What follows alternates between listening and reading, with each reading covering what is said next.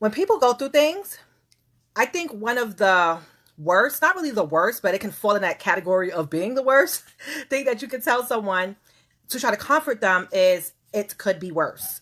It could be worse.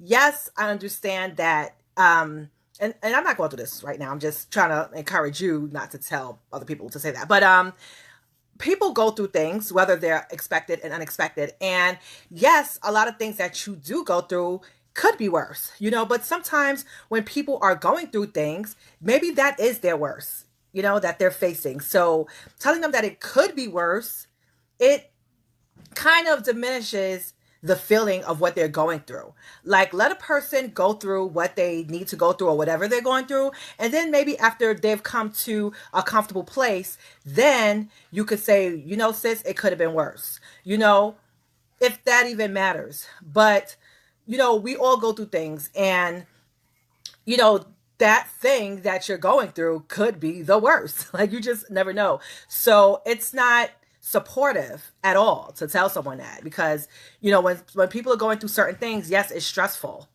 and and I've had to try to change my thinking in that. So like there's a lot of things that I've been through, and I say to myself, it could have been worse, but sometimes maybe that was my worst. Like there's a lot of things I can look back at and I can say for sure, it's kind of like you walking to a woman after they had a miscarriage, and right off the bat, you're like, yeah, it could have been worse. Or yeah, that happened for the best because, based on your idea of what you think their life should have been or could have been. But let that woman come to her own conclusion. Like when I suffered my first miscarriage at the age of 19, I I mean, at that time, it just wasn't the best thing for me to have a child at that time. Yes, sure, because I wasn't stable. I didn't have my own home. I didn't really have a job that would provide. I wasn't, in a relationship. Well, I wasn't in a relationship with my other two either. But anyway, at that time, yes,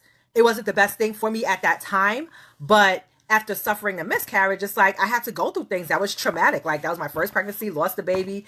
Like it was crazy. Like I OD'd on pills. Thank goodness, I'm still here. Yes, I OD'd on a lot of pills. And I just went through it, and especially being there by myself and alone, like when I was going through my miscarriage, I was dropped off the hospital and left, to go through that by myself. Crazy, right?